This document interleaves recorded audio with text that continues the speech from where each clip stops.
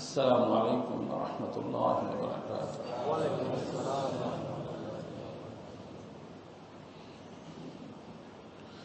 الحمد لله وكفى والسلام على عباده الذين اصطفى أما بعد فأعوذ بالله من الشيطان الرجيم بسم الله الرحمن الرحيم ويسألونك عن ذي القرنين صدق الله مولانا العظيم.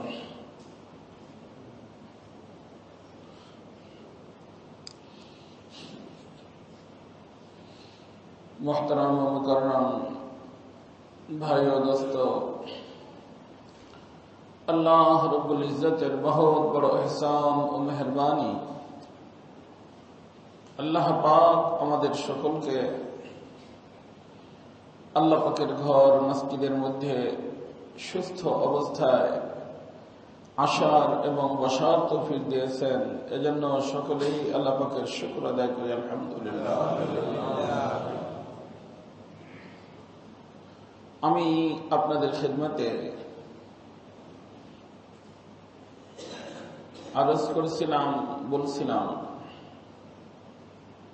যে নবী আলাইহিস সালাতু ওয়াস সালাম সত্যিকারে সত্য নবী কিনা এটা জানার জন্য মুশরিকরা ইহুদদের পরামর্শে তিনটা বিষয় জিজ্ঞাসা করেছিল। একটা বিষয় ছিল রূহ কি জিনিস, দ্বিতীয় নম্বর বিষয় ছিল আসহাবে কাহাফ,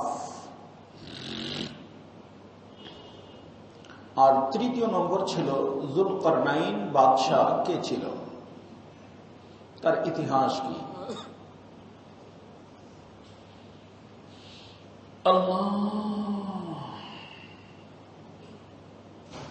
আর এই তিনটা জিনিস, তার ভিতর থেকে রূহ সম্পর্কে আসমানি কিতাব ছাড়া কোনো ব্যক্তির জানার কোনো সম্ভাবনা নেই। আর আসহাবে কাহাফ এবং যুলকারনাইন হাজার হাজার বছর পূর্বের ঘটনা। আর আমাদের নবী করিম সাল্লাল্লাহু তাআলা আলাইহি ওয়াসাল্লাম লেখাপড়া করেন নাই, বই পুস্তক পড়তে জানতেন না, অতএব তিনি এই ঘটনা জানবেন না, এটাই তাদের ধারণা। আর যদি তিনি বলতে পারেন তাহলে অবশ্যই আল্লাহ পাকের পক্ষ থেকে ওহীর মাধ্যমে তিনি বলবেন। অতএব এই ঘটনার সত্য যদি উনি বলতে পারেন তাহলে এটা হবে উনি যে নবী তার একটা প্রমাণ। তো এজন্য মুশরিকিনে মক্কা তারা ইহুদদের পরামর্শে নবী আলাইহিস সালাতু ওয়াস সালামকে এই তিনটা বিষয় জিজ্ঞাসা করছিল। তার একটা বিষয় আমি কয়েক জুমায় আসহাবে কাহাফ আপনাদের খিদমতে আলোচনা করছি। আজকের জুমায় আমি আপনাদের খিদমতে যুলকারনাইন সম্পর্কে আলোচনা করতে চাচ্ছি। আল্লাহ তাআলা বলেন ওয়ায়াসআলুনাকা আন যিল কারনাইন, যে আমার হাবিব আপনাকে তারা যুলকারনাইন সম্পর্কে জিজ্ঞাসা করে, তো আমি আপনাকে এ বিষয়ের উপরে অবহিত করতেছি, আপনি শুনেন। এই আল্লাহ পাক যুলকারনাইনের আলোচনা নিজেই কোরআন বানাইয়া কোরআনে কারীমের ভিতরে আল্লাহ তাআলা অবতীর্ণ করছেন। আর আল্লাহর হাবিব যুলকারনাইনের ঘটনা তাদের সামনে তুলে ধরছেন। যুলকারনাইন ইনি মূলত একজন বাদশাহ ছিলেন।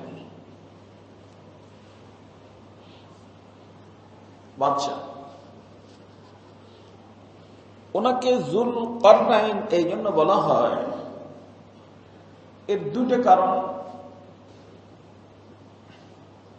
ফতুল বারির মধ্যে, উমদাতুল কারির মধ্যে আসছে। একটা কারণ তো আসছে, কর্নুন শব্দের অর্থ হলো কিনারা, শেষ প্রান্ত। যেহেতু উনি মাশরিক এবং মাগরিব, মাগরিব মানে পশ্চিম, যেখানে সূর্য ডুবে, আর মাশরিক হলো পূর্ব, যেখানে সূর্য উঠে। এই প্রান্ত থেকে ওই প্রান্ত, এই দোনো জায়গায় উনি সফর করছেন। এই জন্য ওনাকে কি বলা হয়? জুল কারনাইন, অর্থাৎ দুই কিনারাওয়ালা, অর্থাৎ যিনি এই কিনারার থেকে ওই কিনারা পর্যন্ত কি করছেন? সফর করছেন। কেউ কেউ বলে জুলকারনাইন ওনাকে এই জন্য বলা হয় যে ইলম দুই প্রকার, একটা হলো ইলমে জাহিরি, একটা হলো ইলমে বাতিনি। আল্লাহ পাক এই জুলকারনাইন বাদশাকে আল্লাহ দোনো ধরনের ইলম দান করেছিলেন। জাহিরি ইলমের মাধ্যমে উনি রাজত্ব পরিচালনা করার শক্তি আল্লাহ ওনাকে দিয়েছিলেন, আর বাতিনি ইলমের বরকতে আল্লাহ পাক ওনাকে ওলি বানাইছিলেন এবং দুনিয়াকে আবাদ করার, বাতিনি আবাদ করার শক্তি আল্লাহ তাআলা ওনাকে দান করেছিলেন। যার কারণে একই পরিস্থিতিতে উনি যেখানে দুনিয়ার বাদশা ছিলেন, ওখানে উনি আল্লাহর একজন ওলি ছিলেন। যেখানে উনি দেশের রাজা হিসেবে দেশ পরিচালনা করছেন পুরা বিশ্বকে, উনি আবার খানকাহি রূপ দিয়া খানকা বানানোর জন্য চেষ্টা করছেন পুরা বিশ্বকে। এই জন্য ওনাকে বলা হয় জুল কারনাইন। আমাদের সমাজে একজন দেখা যায় যে আল্লাহওয়ালা, তো সে চুপচাপ খানকায় বসে আল্লাহ আল্লাহ করতে থাকে। অনেক সময় বলে যে হুজুর মানুষের এটার দরকার কি, বলে না হুজুর মানুষের এটার দরকার কি? হুজুর মানুষ মসজিদে বসে আল্লাহ বিল্লাহ করবে, হ্যাঁ ওনার আবার এখানে মিছিল মুছিলের দরকার কি, বলে না মানুষ। তার অর্থ হুজুরদের কাজ একটা, রাজা বাদশাদের কাজ আর একটা। তারা ওইখানে চিল্লা চিল্লি হই হুল্লা যা করে করো, হুজুররা চুপচাপ খানকা বুঝে রাখবে, এটাই আমাদের ধারণা। আর এমনটাই উনি মানে ওই সময় ছিল। কিন্তু উনি আল্লাহ পাক ওনাকে দোনোটা কাজ দিয়েছেন। যেখানে রাজত্ব পরিচালনা করার দায়িত্ব আল্লাহ ওনাকে দান করছিলেন, ওখানে মানুষকে ইসলাম, সংশোধন, কিভাবে সব মানুষ আল্লাহওয়ালা হয়ে যাবে তার চিন্তা আর ফিকির, এটাও আল্লাহ তাআলা ওনাকে করার তৌফিক দান করছিলেন। এই জন্য ওনাকে বলা হতো জুলকারনাইন, অর্থাৎ যাকে আল্লাহ জাহিরি ইলমও দান করছেন, বাতিনি ইলমও দান করছেন। আল্লাহ তাআলা দুনিয়ার শুরু থেকে শেষ পর্যন্ত 5 ব্যক্তিকে পুরো বিশ্বের রাজত্ব দিবেন। তার 4 জন অতিবাহিত হয়ে গেছে, একজন বাকি আছে, আর বাকি সকলকে খন্ড খন্ড, এলাকা এলাকা এলাকা এলাকা 5 জনকে পুরো আলমের যতদূর পর্যন্ত আবাদি আছে, আবাদির রাজত্ব আল্লাহ তাআলা তাদেরকে দান করবেন। তার 4 জন চলে গেছে ওই উম্মতের মধ্যে, উম্মতে সাবেকা, আগের উম্মতের মধ্যে, আর একজনকে দিবেন আল্লাহ তাআলা উম্মতে মুহাম্মাদের মধ্যে। যে 4 জন চলে গেছে, সেই 4 জনের ভিতরে 2 জন মুসলমান, 2 জন অমুসলিম।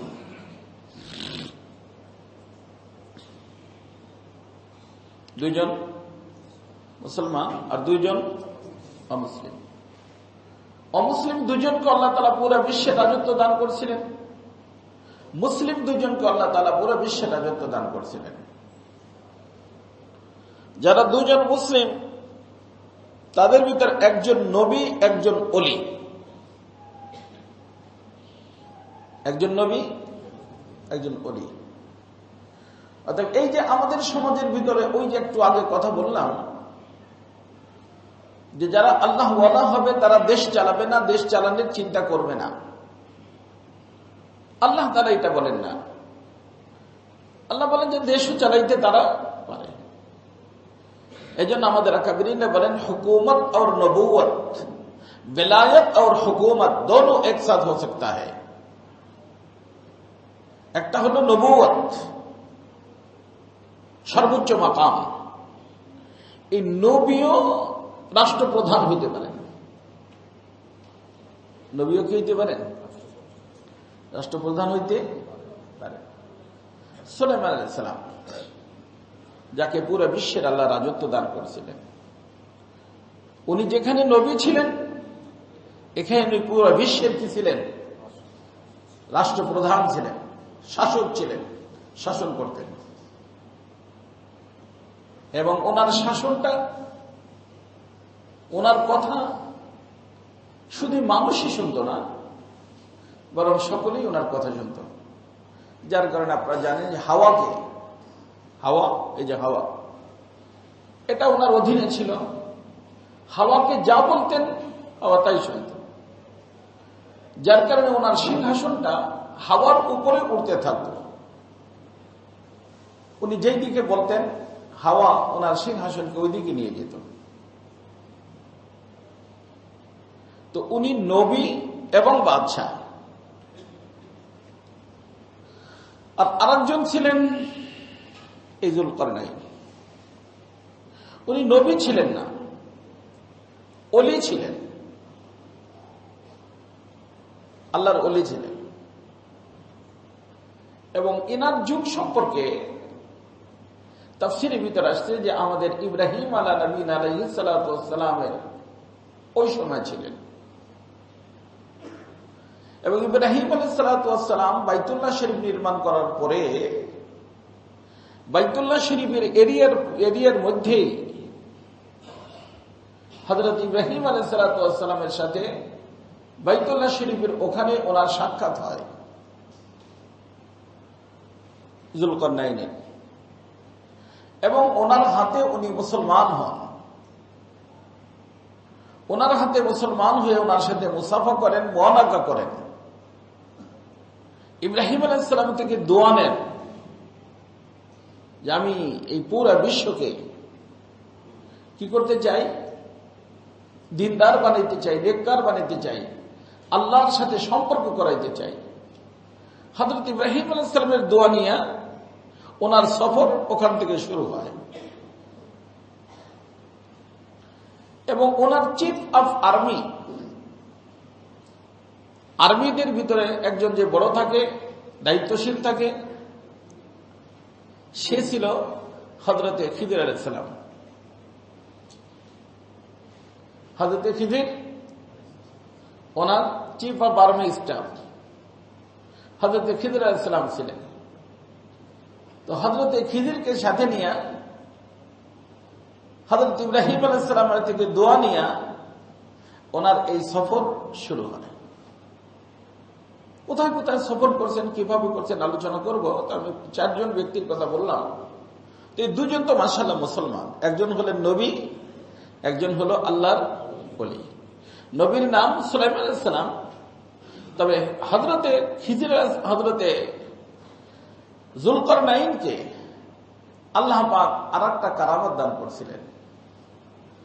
সুলাইমান আলাইহিস সালামের তো নিজের সিংহাসন বানানো ছিল, সেটাকে অর্ডার দিলে অটোমেটিক উড়তে থাকতো, হাওয়ার ভিতরে উড়তে থাকতো। কিন্তু ওনাকে আল্লাহ পাক মেঘ, এই যে বাদল মেঘ, এই মেঘের সাথে সম্পর্ক করাই দিয়েছিলেন। যখন কোথাও যাওয়ার প্রয়োজন হতো ওই মেঘকে ডাক দিতেন, মেঘ আসতো, উনি মেঘের উপরে বসতেন, মেঘ তার গতিতে চলতে থাকতো, এবং যেখানে ওনার যাওয়ার সেখানে ওনাকে নিয়ে যেত। এই জন্য বলা হয় যে আবু আতেশ খাকো বাদ বান্দা আন বামানো তো মুর্দা বা হক জিন্দা আন। এখন বিশ্বের মানুষ কত নতুন নতুন জিনিস আবিষ্কার করতেছে, কিন্তু মেঘের পর বসে কেউ তো যায়নি। আল্লাহ পাক আল্লাহর অলিকে মেঘের উপর বসে পুরো বিশ্বকে আল্লাহ তাআলা ভ্রমণ করাইছেন। তো আল্লাহ পাকের কুদরত, আজীব কুদরত। দুজন হলেন মুসলমান আর দুইজন হলো অমুসলিম। সেই অমুসলিমদের ভিতর একজনের নাম হলো বাদশাহ বুখতে নাসার। নাম শুনছেন বুখতে নাসার? এর পুরো বিশ্বের ভিতর রাজত্ব ছিল, কিন্তু ছিল অমুসলিম। আর দ্বিতীয় জন ছিল নমরুদ। নমরুদের নাম তো শুনছে, কখনো সুযোগ হলে ইনশাআল্লাহ আলোচনা করব আমি। তো বুখতে নাসার এবং নমরুদ এরা দুজনও পুরো বিশ্বের বাদশা ছিল। যতদূর পর্যন্ত তাদের অধীনে সমস্ত রাজা বাদশারা ছিল। এই দুজন পুরো বিশ্বের বাদশা, কিন্তু দুজন কি অমুসলিম। এরা রাসূলুল্লাহ সাল্লাল্লাহু আলাইহি ওয়াসাল্লামের পূর্বে, বলা হয় উম্মতে সাবেকা, যার অর্থ আগের জামানার উম্মতের মধ্যে তারা, রাসূলুল্লাহর উম্মতের অন্তর্ভুক্ত না। আল্লাহ রাসূল সাল্লাল্লাহু আলাইহি ওয়াসাল্লামের উম্মতের মধ্যে আল্লাহ পাক আরেকজনকে পুরো বিশ্বের রাজত্ব দান করবেন, তিনি হবেন হযরতে ইমামে মেহদী। এই যে আমাদের অনেক আছে, ওই গ্রামে থাকে, কয় যে আমি মেহদী আলাইহিস সালাম, বেটা পাগল পাগল। ওই দিন একটা আসছে, হযরত আমারে চেনেন? এখন না বাবা, তোমার তো চিনি না। হযরত আমি ইমাম মেহদী। আমি কিছু থাপ্পড় খাওয়ার আগে কিন্তু যাবে না। তো ইমাম মেহদী হবে আর আমরা চিনবো না? হযরত আমি স্বপ্নে দেখছি, আমি স্বপ্নে ধরে শয়তানে দেখাইছি ইমাম মাহদীর জুহুর হবে বাইতুল্লাহ শরীফ থেকে, কেন্দ্র থেকে, মারকাজ থেকে। যেরকম হযরতে যুলকারনাইন ওনার কাজ শুরু করছেন কার দোয়া নিয়ে? ইব্রাহিম ইসলামের দোয়া নিয়ে। কোথা থেকে? বাইতুল্লাহ শরীফ। বাইতুল্লাহ শরীফ হল আমাদের সেন্টার। মেহদিও আসবে ওখান থেকে, ওই গ্রামের থেকে উঠে আসতে বরিশাল বাড়ি পোলাটা। পাগল কোথাকার। হযরত আমি স্বপ্নে দেখছি আমি ইমাম মাহদী। আমার চেনে না, আমি কিন্তু না বেটা চিনি না, ইমাম মাহদী। আমি যে থাপ্পড় খাওয়ার আগে তুমি এখান থেকে যাও। ইমাম মাহদী থাপ্পড় খাইব এরকম, লা হাওলা ওয়ালা কুওয়াতা ইল্লা বিল্লাহ।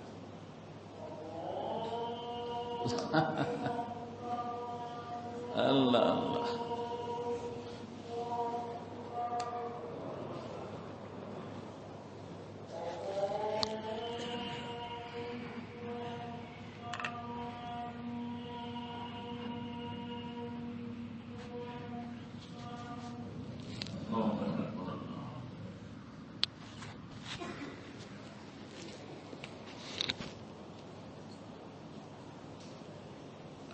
তো আমার দোস্ত, বর্তমানে অনেক ইমাম মাহদী বেরিয়েছে, কিন্তু খবরদার সতর্ক থাকবেন। মেহদী এরকম বাংলাদেশেরও হবে না, পাকিস্তানেরও হবে না। ওই দিন প্রশাসনের সিআইডির এক ভদ্রলোক বললেন যে তাদের হাতে কিছু মুজাহিদ ধরা পড়তেছে, যারা ইমাম মাহদীর সৈনিক, এবং উনি বাংলাদেশে আছেন। কোন সময় ধরা খাবেন তার ঠিক ঠিকানা নাই, চেষ্টায় আছে ওনাকে ধরার জন্য। সৈনিকরা ধরা খেয়ে গেছে, তারা পরিচয় দিয়ে আমরা ইমাম মাহদীর সৈনিক। মাহদী আলাইহিস সালাম চলে আসছে, তার সাথে আমাদের যুদ্ধ করতে হবে, তাই আমরা সৈনিক ডিপার্টমেন্টে ভর্তি হয়েছি। দেখছেন কেন? আরে মাহদী আলাইহিস সালাম আসবেন, ওনার আগমনটাই কিয়ামতের আলামতের পূর্ব একেবারে নিকটবর্তী আলামত। আর কিয়ামতের যতগুলো আলামত আল্লাহ রাসূল বলছেন, যার মাধ্যমে কিয়ামত সংঘটিত হয়ে যাবে তার কয়েকদিন পরেই সেগুলো একটাও এখনো হয় নাই। এবং মাহদী আলাইহিস সালাম যখন দুনিয়াতে আসবেন তখনই আসমান থেকে ঈসা আলাইহিস সালাম দুনিয়াতে আগমন করবেন। কে? ঈসা আলাইহিস সালাম। অনেক কিছু আছে, আল্লাহ পাক তৌফিক দিলে কখনো আমি কিয়ামতের আলামত আলোচনা করব, তার ভিতর এটাও একটা আলামত।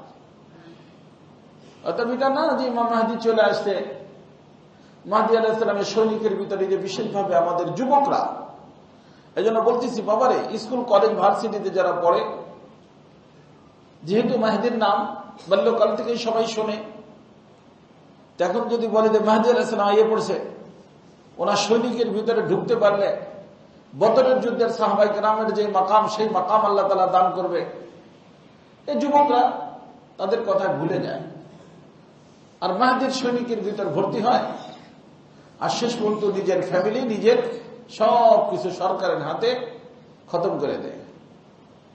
এই জন্য খবরদার বাবা, ইমাম মাহদী আসেন নাই, আসতে এখনো অনেক দেরি আছে, তবে তিনি আসবেন,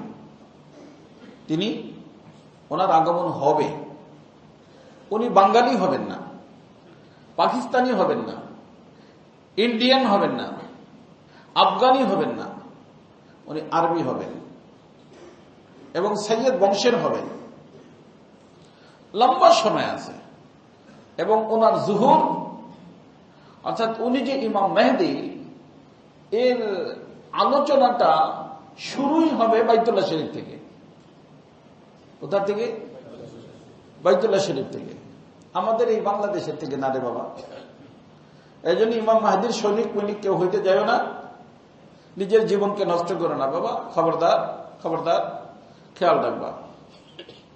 তো ইমাম মাহদী আলাইহিস সালাতু ওয়াস সালাম যে দুনিয়াতে আসবেন, উনি পুরো বিশ্বের বাদশা হবেন। এবং আমি হযরত ইমাম মাহদী আলাইহিস সালাতু ওয়াস সালামের সাথে হযরত ঈসা আলাইহিস সালাতু ওয়াস সালাম নিজে থাকবেন, একজন নবী, একজন নবী। তবে তিনি নবী হিসেবে থাকবেন না, কারণ আল্লাহ পাক তাকে নবীর, আমাদের নবীর উম্মত হিসেবে দুনিয়াতে পাঠাবেন। এবং উম্মতের সাবেকা, পূর্ব উম্মতের ভিতরে যাদের আলোচনা এই কাহাফের ভিতরে আসছে, আসহাবে কাহাফ, এই 7 জন বা 8 জন যারা এখনো আল্লাহ নিদর্শন ঘুমের ভিতরে আছেন, ওই সময় তাদেরকে আল্লাহ জীবিত করে তাদেরকে পাঠাইয়া ইমাম মাহদী আলাইহিস সালাতু ওয়াস সালামের সৈনিকের মধ্যে ওনাদেরকে আল্লাহ তাআলা শরীক করে দিবেন। অর্থাৎ ইমাম মাহদীর সৈনিক হিসেবে যারা বায়াত গ্রহণ করতেছ মাহদীর হাতে, বলবা যে আসহাবে কাহাফরা কই, তাদেরকে দেখান। কারণ মাহদী আলাইহিস সালামের সৈনিকের ভিতর কারা হবে? হ্যাঁ, আসহাবে কাহাফ। তো যারা ঘুমাইছিল আসহাবে কাহাফ, হাজার হাজার বছর ঘুমের ভিতরে ছিল, তারা তো আপনার উম্মতের ভিতর হইতে হবে, তাদেরকে আগে দেখান, তারপরে আপনার ইমাম মাহদী মাইনা, তারপরে আপনার হাতে আপনার বায়াত গ্রহণ করে মাহদীর সৈনিক হয়ে দেব। এটা একটা সহজ, তাই না? এটা সহজ না? দেখাইতে পারবে? দেখাইতেও পারবে না, বায়াতও হবে না। এই জন্য খবরদার, কেউ ধোঁকার ভিতর পড়বে না বাবা। যারাই আল্লাহ পাক যাদের দ্বারা বড় বড় কাজ দিয়েছেন, নবী তো নবী, যুলকারনাইনের কথা বললাম যে হযরতে খাজির ওনার চিফ অফ আর্মি স্টাফ, হযরতে মেহেদী সামনে আসবেন, ওনার সাথে হযরতে ঈসা আলাইহিস সালাম, এবং এই আল্লাহ পাকের কোরআনে কারীমের আলোচিত নিদর্শন যেটা আসহাবে কাহাফ, তারাও তার সৈনিকের মধ্যে থাকবেন এবং উনি পুরো বিশ্বের রাজত্ব আল্লাহ পাক ওনাকে দান করবেন। তো পুরো বিশ্বের রাজত্ব কয়জন? 5 জন। কয়জন? তার 4 জন আগের উম্মতের মধ্যে, 2 জন মুসলমান, 2 জন অমুসলিম, আর 1 জন উম্মতে মুহাম্মাদের মধ্যে যিনি মুসলমান, তিনি হলেন হযরত ইমামে মেহেদী আলাইহিস সালাতু ওয়াস সালাম। তো যাই হোক আমার দোস্ত, এ হলো সংক্ষিপ্ত বিষয়। এখন আমি যেটা বলতে চাচ্ছি, হযরত যুলকারনাইন, হযরত যুলকারনাইন ওনার সর্বপ্রথম সফর যেটা হয়েছে, কোরআনে কারীমের ভিতর 3টে সফরের কথা আসছে। একটা হলো মাগরিব, একটা হলো মাশরিক। মাগরিব এবং মাশরিক, মাগরিব বলা হয় পশ্চিমকে, আর মাশরিক বলা হয় পূর্বকে, আর দক্ষিণকে বলা হয় জুনুব, উত্তরকে বলা হয় শিমাল আরবিতে।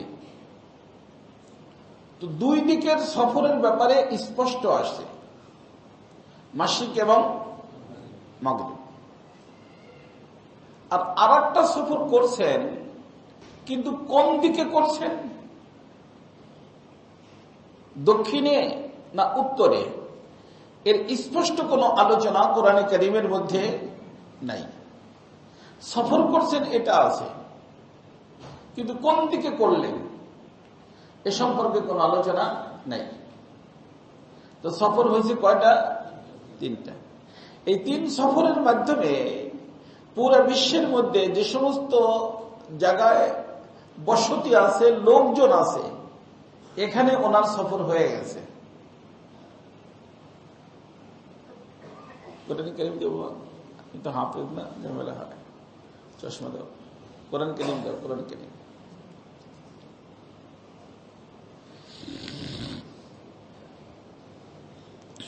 আর মনে রাখবেন, কোরআনে কারীমের যে সমস্ত ঘটনাবলী আল্লাহ তাআলা যা বলছেন, অট্টুকি মানা, এর থেকে আগে না মানা, এর থেকে আগে না বাড়া।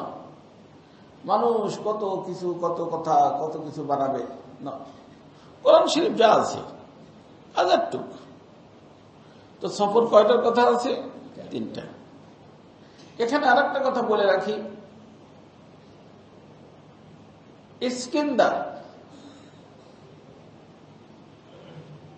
ইস্কেন্দার নামে এক আল্লাহর বান্দা আছে।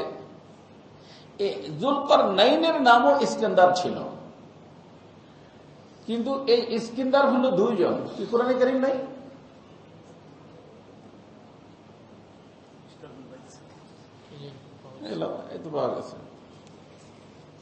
তো 2 জন ছিল, এর ভিতর একজন হলো মুসলিম, একজন হলো অমুসলিম। ইস্কেন্দারিয়া যেটা নির্মাণ করছিল, এটা যেই ইস্কেন্দার নির্মাণ করছিল সেই যুলকারনাইন না। আর তিনি পুরো বিশ্বের ছিল না, বরং ওনার রাজত্ব উনি শেষ পর্যন্ত আগমন হয়েছে ফিলিস্তিন, বাইতুল মুকাদ্দাস পর্যন্ত, এবং ওখানে আসার পরে উনি শেষ হয়ে গেছে, মৃত্যু হয়ে গেছে। কিন্তু এই যে যুলকারনাইনের কথা আমরা বলতেছি, হযরতে যুলকারনাইন, কোরআনে কারীমের ভিতর যার ঘটনা আসছে, ইনি ইব্রাহিম আলাইহিস সালামের হাতে মুসলমান হয়েছেন, এবং ওই সময়ের মানুষ তিনি।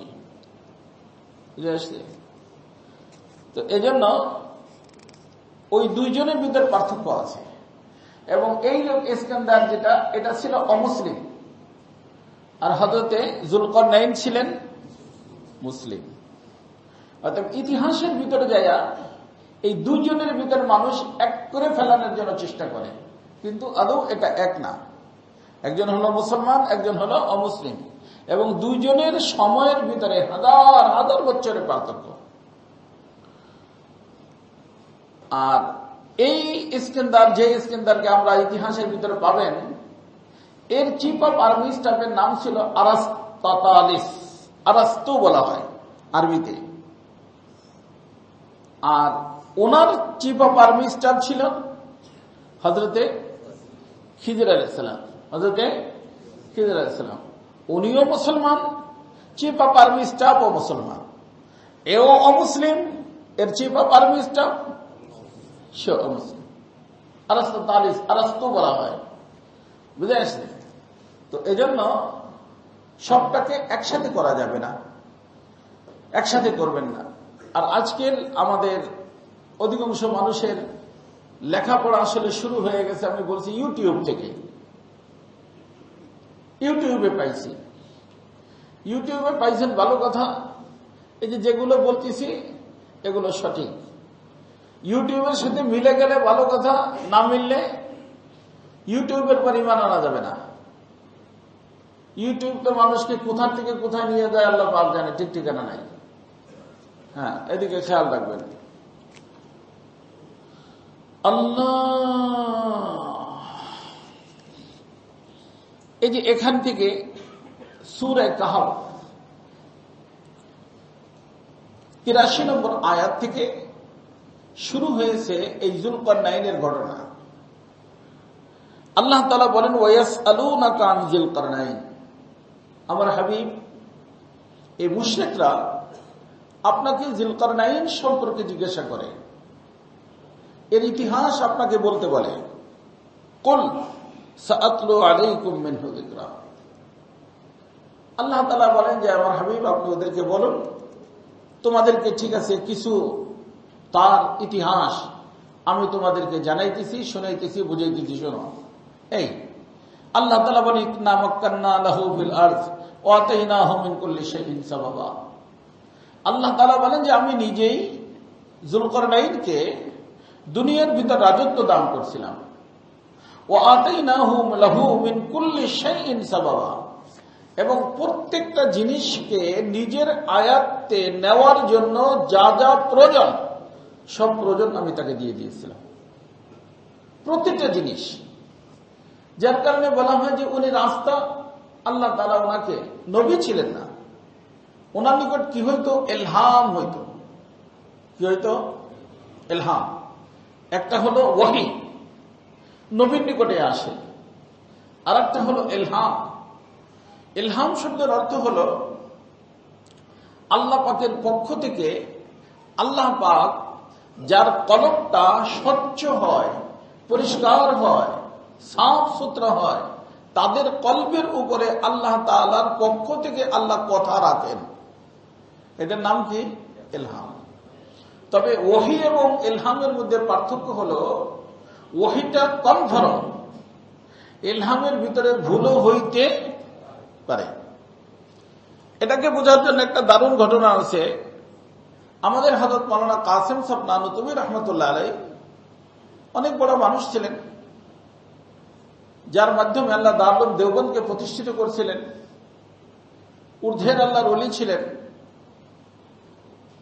উনি একবার যাচ্ছিলেন জেলখানায়, জেলারের সাথে ওনার সম্পর্ক ছিল, কোনো কারণে ডাকছেন, যাচ্ছেন।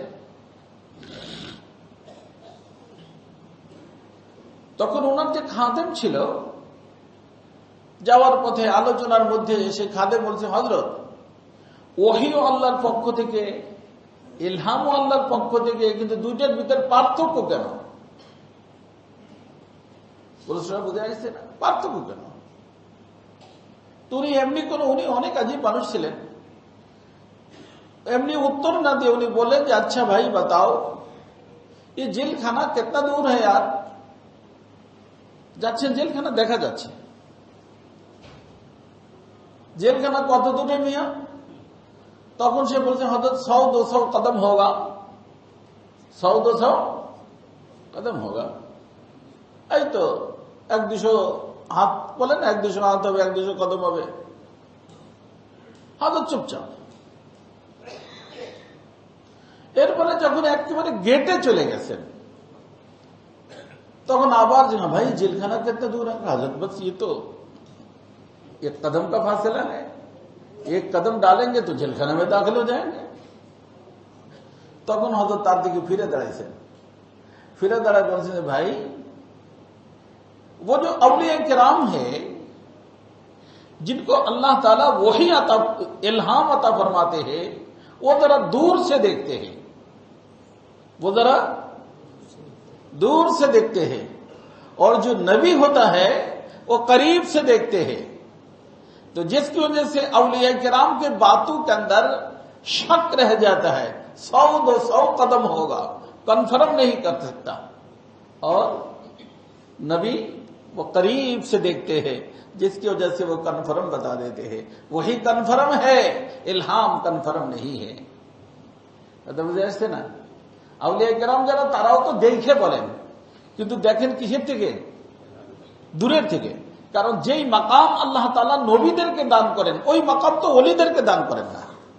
যার কারণে ওনটা দূরের থেকে দেখেন, ওনটাও দেখেন, এন্ডাও। যেরকম আমরা দূরের থেকে একটা মানুষ দেখতেছি, বলছে ভাই মনে হয় অমুক। আমরা যেরকম ওই যে মামা ঘাটে যাইতাম, ফেরি আসতেছে কিনা যাই দাঁড়া দেখতাম ফেরি, একটা জাহাজ দেখলেই মনে করতাম এই তো ফেরি আসতেছে, মনে হয় ফেরি মনে হইতেছে। ফেরি কাছে আসলে কনফার্ম ফেরি, তাই না? তো দূরের থেকেও দেখে, নিকট থেকেও দেখে। দূরের থেকে দেখলে কনফার্ম হয় না, নিকট থেকে দেখলে কনফার্ম হয়। তো নূরের চক্ষু দিয়া হযরতে আম্বিয়া আলাইহিসসালাম যেটা দেখেন নিকট থেকে, ওটার নাম ওহী। আর আউলিয়া কেরাম নূরের চক্ষু দিয়া দেখেন, কিন্তু দেখেন কোত্থেকে? দূরের থেকে, ওটার নাম হলো ইলহাম। তো আম্বিয়া আলাইহিসসালামদেরকে আল্লাহ পাক ওহী দান করেন, আর ওলিদেরকে আল্লাহ পাক যে কথা দেন ওটার নাম হলো ইলহাম। ইলহাম এখনো চালু আছে,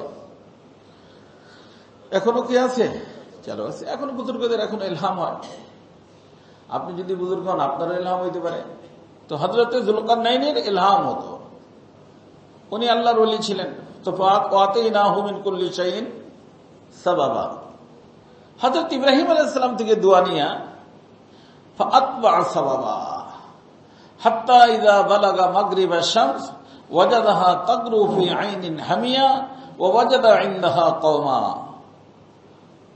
কুলনা ইয়া যুলকারনাইন ইম্মা আন তুআযযিবা ওয়া ইম্মা আন তাত্তাখিযা ফীহিম হুসনা قال اما من ظلم فسوف نعذبه ثم يرد الى ربه فيعذبه عذابا نكرا واما من امن وعمل صالحا فله جزاء الحسنى وسنقول له من امرنا يسرا। এক সফরের আলোচনা। এই সফরটা হয়েছিল মাগরিবের দিকে। মাগরিবের দিকে যখন উনি পৌঁছলেন শেষ প্রান্ত,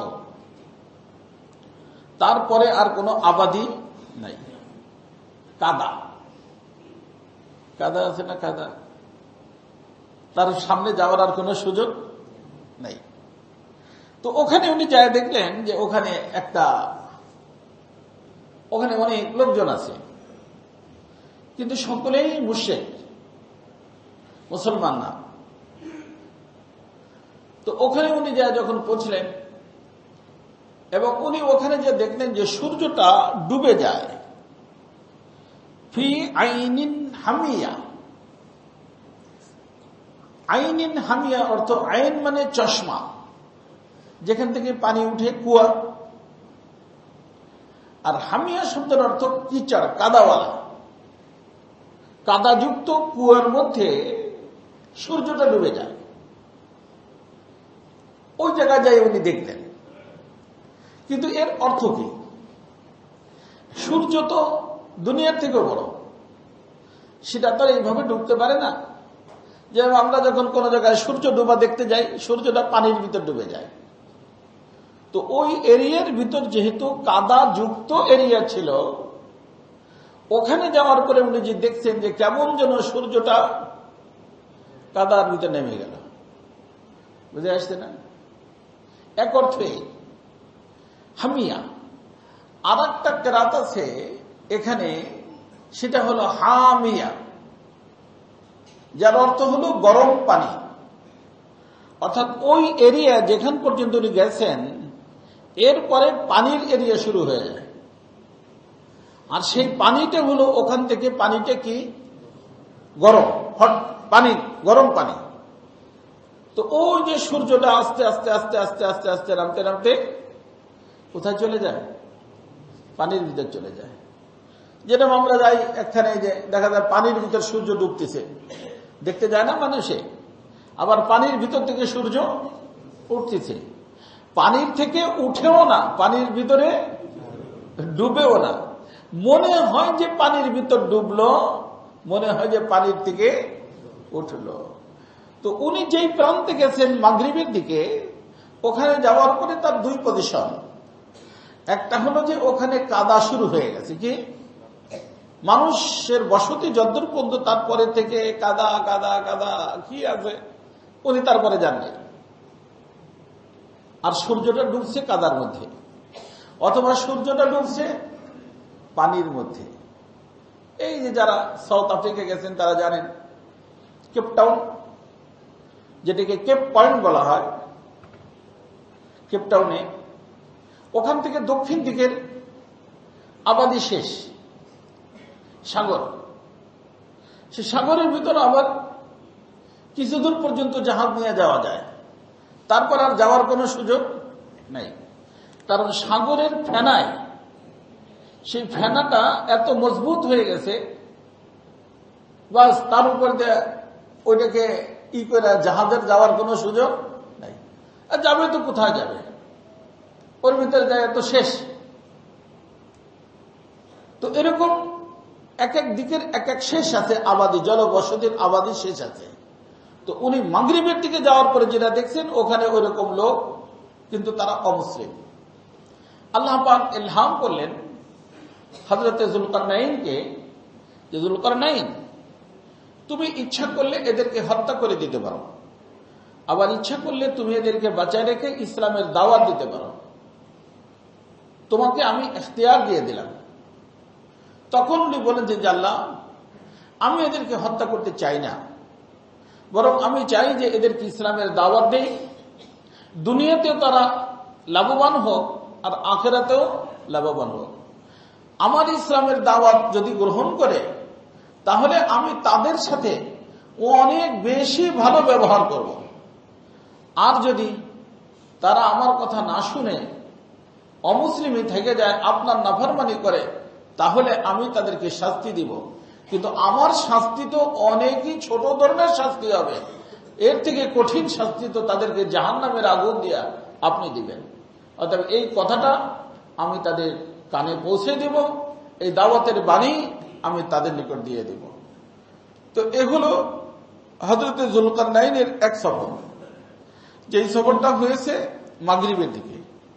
এই মাগরিবের সফর থেকে শেষ করে উনি সুম্মা আতবা সাবাবা, এই যে উনি আরেকটা সুম্মা আতবা সাবাবা, অতঃপর তিনি আবার সফরের ইচ্ছা করলেন মাগরিব থেকে মাশরিক, বিপরীত দিকে। এখন বিপরীত দিকে যাওয়ার পরে কি দেখলেন, আর আরেক সফরের আলোচনা আছে, সময় লাগবে, আজকে হবে না, বুঝে আসছে না? তো এইভাবে আল্লাহ পাক হযরতে যুলকারনাইনকে পুরা বিশ্বের সফর করাইছেন, এবং উনি আল্লাহর ওলি ছিলেন, আবার সাথে সাথে বাদশাও ছিলেন। অতএব আমাদের বুজুর্গানেদিন বলেন যে একজন ধনী মানুষ আল্লাহর ওলি হইতে পারবে না তা না, ধনী মানুষ আল্লাহর ওলি হইতে পারে। ওলি হওয়া ভিন্ন জিনিস, ধনী হওয়া ভিন্ন জিনিস, বাদশা হওয়া ভিন্ন জিনিস, ওলি হওয়া ভিন্ন জিনিস। কত আমাদের বুজুর্গানেদিন তারা কি ছিলেন, বাদশাহ ছিলেন। আমি আলতামাস রহমতুল্লাহ ঘটনা আপনাদেরকে শুনেছি যে উনি বাদশাহ ছিলেন, আবার সাথে সাথে মাশাআল্লাহ আমাদের কুতুবউদ্দিন বখতিয়ার রহমতুল্লাহ খলিফা ছিলেন, এবং উনি কুতুব সাহেবের জানাজার নামাজ পড়াইছেন। কারণ কুতুব সাহেবের জানাজার নামাজের সময় ওনার ইন্তেকালের পূর্বে উনি বলে গেছিলেন যে এই ব্যক্তির মধ্যে 5টা গুণ আছে, সেই ব্যক্তি কি করতে পারবে, আমার জানাজার নামাজের ইমাম হইতে পারবে। বাইরে ভাই, এ তো কঠিন ব্যাপার। 1 নম্বর, যার জীবনে কুদৃষ্টি হয় নাই, অপর মহিলাকে দেখে নাই। 2 নম্বর, জিনা হয় নাই। 3 নম্বর, আসরের নামাজের আগের সুন্নত ছোটে নাই, তাহাজ্জুদের নামাজ ছোটে নাই। দেখছেন কেদারা, তাহাজ্জুদের নামাজ ছোটে নাই, আর তাকবীরুল্লাহ ছোটে নাই। তাকবীরুল্লাহ জীবনে ছোটে নাই, 1 দিন 2 দিন না, জীবনে তাকবীরুল্লাহ ছোটে নাই। তাহাজ্জুদের নামাজ ছোটে নাই। আসরের নামাজের আগে কি সুন্নত আছে এটা ছোটে নাই। কুদৃষ্টি করে নাই, জিনা তার থেকে হয় নাই। এই 5 গুণে যেই ব্যক্তি গুণী হবে সেই ব্যক্তি জানাজার নামাজের ইমাম হবে। সুবহানাল্লাহ। হায় হায়, ঘোষণা আসছে খাদেমের পক্ষ থেকে, সব মানুষ পরিশান, সব মানুষ পরিশান। শেষবারে এই আল্লাহর বান্দা, আমরা তো এই বুজুর্গ হওয়ার আগেই ঢেন্ডরা পিটিতে থাকি, আমি বুজুর্গ। ওই দিন দেখলাম যে সে বলছে আমার হযরত খেলাফত দিচ্ছেন, ইসের ভিতরে আসছে, কি লাইভে আসছে, কি বলেন ইউটিউবের লাইভে, যে হযরত আমার খেলাফত দিচ্ছেন, কিছু টাকাও হাদিয়ে দিচ্ছেন, কিছু কিতাবও হাদিয়ে দিচ্ছেন, খেলাফত দিচ্ছেন, পীর সাহেব হয়ে গেছে। মানে বর্তমানে মানুষ খালি ভাইরাল হতে চায়, আর আল্লাহ ওয়ালারা গোপন হতে চাইতেন। উনি জানতেন, ওনার শায়েখ জানতো। এই বাদশাহ যে এত বড় আল্লাহর ওলি জানতো কে? ওনার শায়েখ জানতো, আর উনি জানতেন। আল্লাহ তো জানেনি, আর কাউরে জানায় নাই যে আমার জীবনে তাহাজ্জুদ কিন্তু সরি নাই, আমি কিন্তু তাকবীরুল্লাহর সাথে নামাজ পড়ি। শায়েখরে জানাইছে, আর কেউ জানে নেই। যখন শেষ পর্যন্ত কোনো মানুষ জানাজার নামাজ পড়তে আসেই না, তখন উনি চোখের পানি ফেলতে ফেলতে কান্না করতে করতে আসতেন এবং ওনার শায়েখের দিকে ইঙ্গিত করে বলছেন যে খাজা, আমার এই গোপন তথ্য ফাঁস করে দিয়া তোমার লাভটা কি হয়েছে? যাও না তুমি, লাভ কি হয়েছে তোমার? তারপরে উনি বলছেন যে ভাই, কাতার সোজা করেন। আমার শায়েখ যে সমস্ত গুণগুলোর কথা বলছেন, আলহামদুলিল্লাহ সব গুণগুলো আমার মধ্যে আছে, আমি নামাজ পড়াবো। তো জানাজার নামাজ পড়েছেন কে? বাদশাহ। আল্লাহর ওলি কত ঊর্ধ্বের! আল্লাহু আকবার। এই জন্য দোস্ত, কেউ ব্যবসায়ী হইলে আল্লাহর ওলি হইতে পারবে না তা না। আল্লাহর ওলি হওয়া সকলের জন্য ফরজ, সকলের জন্য ফরজ। ধনী হইলেও সে আল্লাহর ওলি হইতে পারে, গরিব হইলেও আল্লাহর ওলি হইতে পারে, রাজা বাদশাহ হইলে আল্লাহর ওলি হইতে পারে। বুঝে আসছে না? এই এলাকার ধনী মানুষ সে আল্লাহর ওলি হইতে পারবে না? এই যে আমাদের এলাকার ধনী মানুষের ভিতরে হাজী কামাল সাহেব ছিলেন, অনেক ঊর্ধ্বের আল্লাহর ওলি ছিলেন, আমার জানা মতে অনেক ঊর্ধ্বের আল্লাহর ওলি ছিলেন। এখন যারা আছেন, এই যে আপনারা ধনী মানুষ আছেন, বড় মানুষ আছেন, বাড়িওয়ালা আছেন, আল্লাহর ওলি হওয়া নিষেধ নাকি? হ্যাঁ, আল্লাহর ওলি হবেন। সবার জন্য আল্লাহর ওলি হওয়া ফরজ রে বাবা। হ্যাঁ, এই যেগুলো আছে, যেগুলো দিয়ে আমরা এদিক সেদিক বলতেছি, এগুলোর 5 পয়সার মূল্য নাই। মনে করেন আমি চেয়ারম্যান সাহেব, তো হয়েছে কি? মেম্বার সাহেব হয়েছে কি? দেখতে হবে যে আমি আল্লাহর ওলি কিনা, আমি আল্লাহর ওলি কিনা। আর আল্লাহর ওলি নামাজ পড়লে হয়, রোজা রাখলে হয়, ইবাদত করলে হয়, আকীদা সহি থাকলে হয়, এগুলো আল্লাহ ওলি আল্লাহ কোন। নামাজের টাইমে নামাজে চলে আসবেন। তো এটা কি চেয়ারম্যান হলে নিষেধ? বড় লোক হলে নিষেধ? বাড়িওয়ালা হলে নিষেধ? বাড়ি ছাড়াও হইতে পারে, বাড়িওয়ালাও হইতে পারে, সবার জন্য অপশন খোলা। এই জন্য মেহরবানি করে আমরা সবাই চেষ্টা করবো আল্লাহর ওলি হওয়ার জন্য। আল্লাহ তাআলা আমাকেও তৌফিক দান করেন, আপনাদেরকেও তৌফিক দান করেন। আল্লাহ পাক এই রাজা বাদশাদেরকে ওলি বানাইয়া আমাদেরকে এই কথা শিখাইছেন যে আমার বান্দা, তুমি রাজত্ব চালাইতে পারো, আমার ওলি হইতে পারো। তো চেষ্টা করা যাবে না ইনশাআল্লাহ? সকলে চেষ্টা করবো। আল্লাহ সবাইকে তৌফিক দান করেন।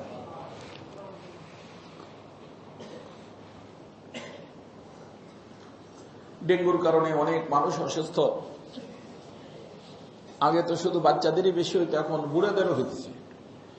আমাদের হাজী আব্দুল সোবহান সাহেব, ওনার ফোন করছেন, ওনার আহলিয়া হাসপাতালে ভর্তি, আজগার আলীতে নিয়ে আসছে, কোথায় কোথায় নিয়ে আসছে, সিট নাই। ও শ্যামলের দিকে যায় একটা হসপিটালে সিট পাইছে। আমাদের ইমাম সাহেবের মেয়ে, রুহুল কুদ্দুস সাহেবের মেয়ে, সে ওরকম হসপিটালে ভর্তি ছিল, আইসিইউতে ছিল। আলহামদুলিল্লাহ আসতে তো ফিরা, কিন্তু এখনো সুস্থ না পুরা। আমাদের মাদ্রাসার উস্তাদ মাওলানা মাসুম সাহেব, সে ওরকম অসুস্থ হয়ে গেছিল, হসপিটালে ভর্তি করতে হয়েছে। আল্লাহ তাআলা আমরা যারা সুস্থ আছি আমাদেরকে আফিয়াতের জিন্দেগি দান করেন। যারা এই রোগে, বিশেষভাবে অন্যান্য রোগে, এই রোগে আক্রান্ত, তাদেরকে আল্লাহ সুস্থতা দান করেন। আমাদের মাওলানা হাবিবুল্লাহ মেসবা সাহেব, ওনার আব্বা হযরত মাওলানা মুজাম্মেল সাহেব অনেক দিন ধরে অসুস্থ, বোম্বাইতে গেছে চিকিৎসা করার জন্য, সেখান থেকে কালকে নিয়ে আসছে, অসুস্থ, ঘরে পড়া। আল্লাহ পাক তাকে সুস্থতা দান করেন। এমনি ভাবে যে যেখানে অসুস্থ আছে সকলকে আল্লাহ শিফায়ে কামিলা আজল মুস্তামিরা তা ফরমান। আল্লাহ নিকটে দোয়া করি আমাদের দেশের ভিতরে আল্লাহ তাআলা রহমতের ফয়সালা করেন। প্রত্যেক দিন দোয়ারে ইহতিমাম করবেন, প্রতিদিন। আল্লাহ যেন নির্বাচন পর্যন্ত আমাদের জান, মাল, ইজ্জত, আবরু সব ইবাদত করেন। এর জন্য যা করা দরকার আল্লাহ তাআলা করেন। এর জন্য আল্লাহ নিকটে দোয়ারে ইহতিমাম করবেন। اللهم صل على سيدنا مولانا محمد صلاة تنجينا بها من جميع الأهوال والآفات